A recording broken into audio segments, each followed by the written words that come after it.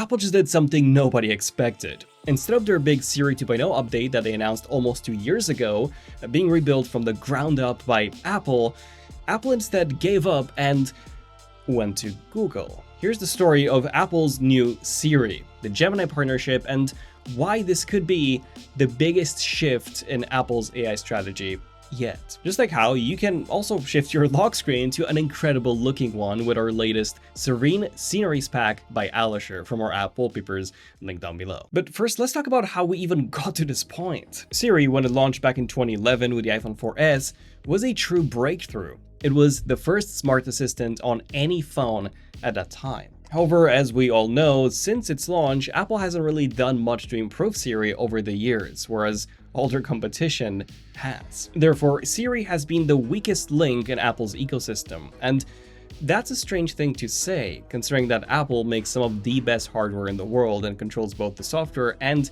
the hardware aspect. Yet, somehow, Siri has consistently lagged behind. Ask it a simple follow-up question, it gets confused. Try a more complex request, it does a web search, like back in 2011. You just cannot talk to it using natural language like you can with Gemini or ChatGPT.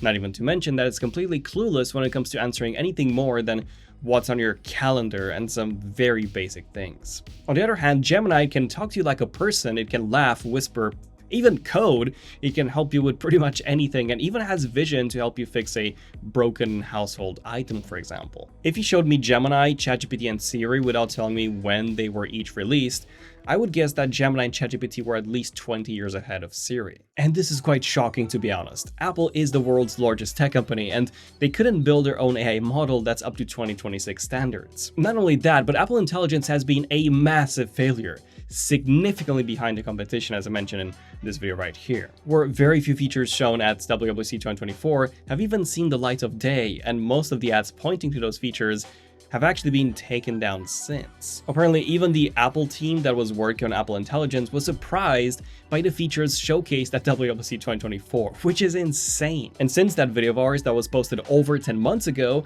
guess what? Almost nothing has changed. Siri is still dead last when it comes to voice assistants and AI. But yeah, if everything goes to plan, then Siri should be back on its feet very soon with the help of Gemini. But just to be clear, Gemini is not replacing Siri. Apple is simply using Gemini's AI model, not the Gemini assistant itself.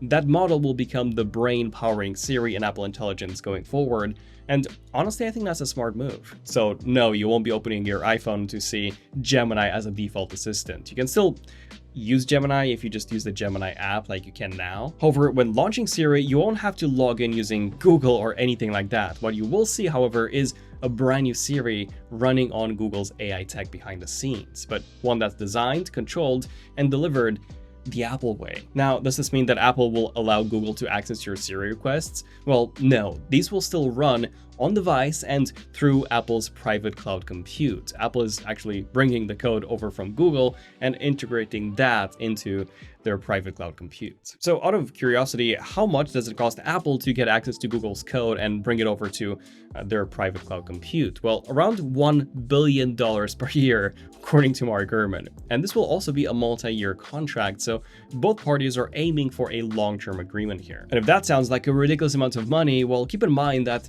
they already have a long-term agreement, but it's actually the other way around. Google is the one paying Apple $20 billion per year in order to have Google as the default engine in Safari. And now Apple will simply pay Google $1 billion of that money back, which means that Apple is still making more money here, which is crazy. Now, we all know that Apple and Google are rivals, so why choose Gemini? Why not ChatGPT? Well, at this level, it is no longer about rivalries. It is about business decisions and choosing the company that can deliver the best technology. In this case, Google happens to be one of, if not the most advanced AI platform in the world right now. In a statement to CNBC, Apple confirmed that after careful evaluation, we determined that Google's technology provides the most capable foundation for Apple foundation models, and we're excited about the innovative new experiences that it will unlock for our users. Of course, we are probably going to hear more details about this partnership at WWDC. What's sad is that WWDC 2026 will actually mark exactly 2 years since Apple has officially showcased all these new Apple Intelligence features that never got released. Although that's technically how Apple tends to operate. They are often among the last to introduce a new feature because they prefer to let others do the real-world testing first. That gives Apple time to learn from their competitors, especially their mistakes, and eventually deliver what's a more refined and a more polished product. Only this time at WWDC 2024, they jumped the gun. They overpromised and underdelivered, or well, never delivered. But how come they haven't chosen OpenAI since they already had a partnership together? Well, that's quite different. We can look at the ChatGPT integration as more of a plugin to Siri and Apple Intelligence. Simply put, if Siri isn't capable of answering your question, it will prompt you to ask ChatGPT instead. Whereas with Gemini, Siri will be built on existing Gemini models, and essentially you'll still ask Siri, but the answers will come through Gemini, if that makes sense. Additionally, the Financial Times reported that OpenAI actually made a decision not to work with Apple on this. They haven't publicly commented about this as to why that's the case, but my thinking is that it's got something to do with their new AI hardware product that Sam Altman and Johnny Ive are working together on. After all, even Steve Jobs' widow, Laureen Powell Jobs, she's a big investor into OpenAI, and she's heavily involved into this new OpenAI hardware product as well. Also, according to Ming-Chi Kuo in a post on X, this partnership with Google could only be a temporary solution and a stepping stone, as Apple is still allegedly working on their own AI models. They haven't abandoned that at all, and work is still progressing behind the scenes. Although I do find it hard to believe that Apple would ever be able to reach, and especially surpass, what Google, OpenAI, and Anthropic, and others have been able to do so far, since they're constantly improving their models rather than standing still, and Apple is just so far behind. So perhaps Apple wants to keep Google as a safety net in case they're not able to properly develop their own AI models. But what will this all mean for the end user? Well, when Siri starts using Google's Gemini models, it will feel significantly smarter. It will better understand context, meaning that you'll finally be able to ask her follow-up questions without having to repeat yourself. She'll also likely give you real answers instead of, these web links like she does now.